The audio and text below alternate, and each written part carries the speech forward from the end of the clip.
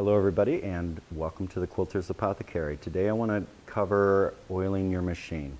And I know it's pretty basic for most of us, but occasionally and more often than not I come across people who are not oiling their machine the way that they should.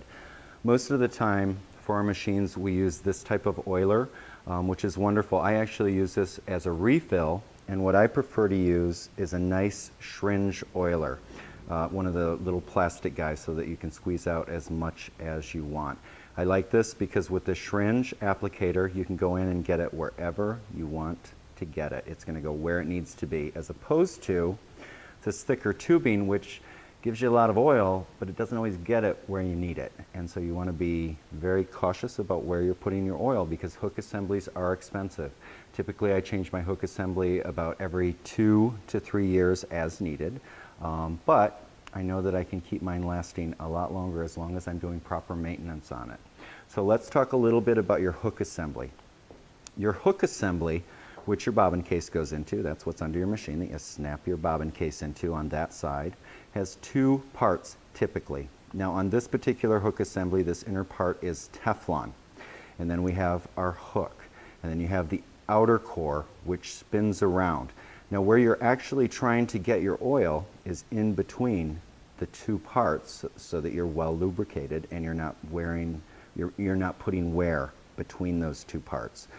What most people tend to do, and I shouldn't say most people, what a lot of people tend to do is they tend to put oil right on the inside here, and that's not doing anything but oiling your bobbin. Also, people will tend to use this little shelf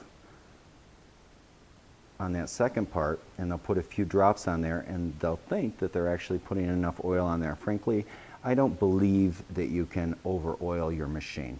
I think that you can definitely under oil it, but I don't think there's any such thing as over oiling, and I tend to really oil a lot on my machine. So let's go over to the machine and I'll show you where I oil on my machine. So we have a better visual for the camera. I'm going to go ahead and remove my throat plate here so you see what's going on the inside. Take that off, and mine's pretty nasty down there. The first thing I do before I oil my hook assembly is I want to make sure to clean that out in there, and I tend to use a nice soft bristle brush, and I go in and under. Normally my throat plate is on, but this way we can see exactly what that's doing. And I go around the back and in, and I want to make sure to remove all of the thread puke and all of the stuff that builds up in our hook assembly in our bobbin area. And I'm just going to go ahead and brush off that top. Since I'm at it, I'm going to brush off my hopping foot. I don't like to use canned air. I don't think it's good for the hook, and actually I've heard from the professional machine makers that it's not actually very good because you're blowing everything back and potentially into your gear system depending on your machine. So I always use a nice soft brush. Now, as we talked about our hook assembly, if you come down here and look, we have an open spot right in there where the hook comes around, and right in there again is where we're trying to oil.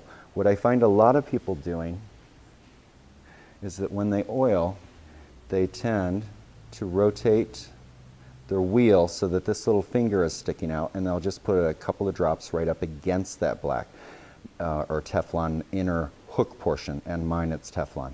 The one thing I want to say is that doing that is not always going to guarantee that you're going to get your oil where you need to have it. So again, what I prefer to do is I like to turn my hook, and normally again I don't always take off my plate, but right now I'm doing that so you can see. I turn my hook so the open spot is up on top, and then I stick my oil syringer right in there, and I'll put a nice amount of oil in there so that it's saturated that hook assembly. And then I rotate forward, and then normally I will turn my machine on a slow speed. So as a refresher, I go in, I put a nice amount of oil in there, I don't go into the black. I might put a few drops right on that shelf, but frankly I'm not really concerned about that. I want to get right in between those 2 moving parts. I turn my machine on slow, and then I let it run on manual speed for about 5 minutes, and I do that every morning. And then typically I will put 1 or 2 drops in there throughout the day, about every 3rd bobbin. And people say you should do it every bobbin. That's probably true, but I find that every 2 or 3 bobbins is sufficient, as long as I do this what I'm doing right now once a day.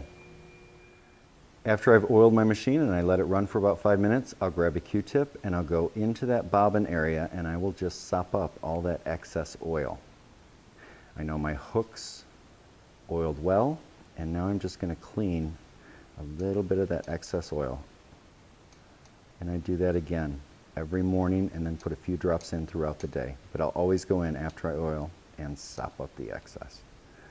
Make sure to keep it off of our quilts. If you end up getting a little bit of oil on your quilts, one of the best things that I like to use is So-Clean, a little dab of So-Clean, which I also have in one of my syringe applicators.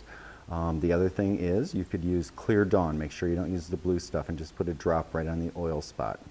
And then whenever the quilt gets washed, it will automatically carry any of that oil away. So that is today's tutorial.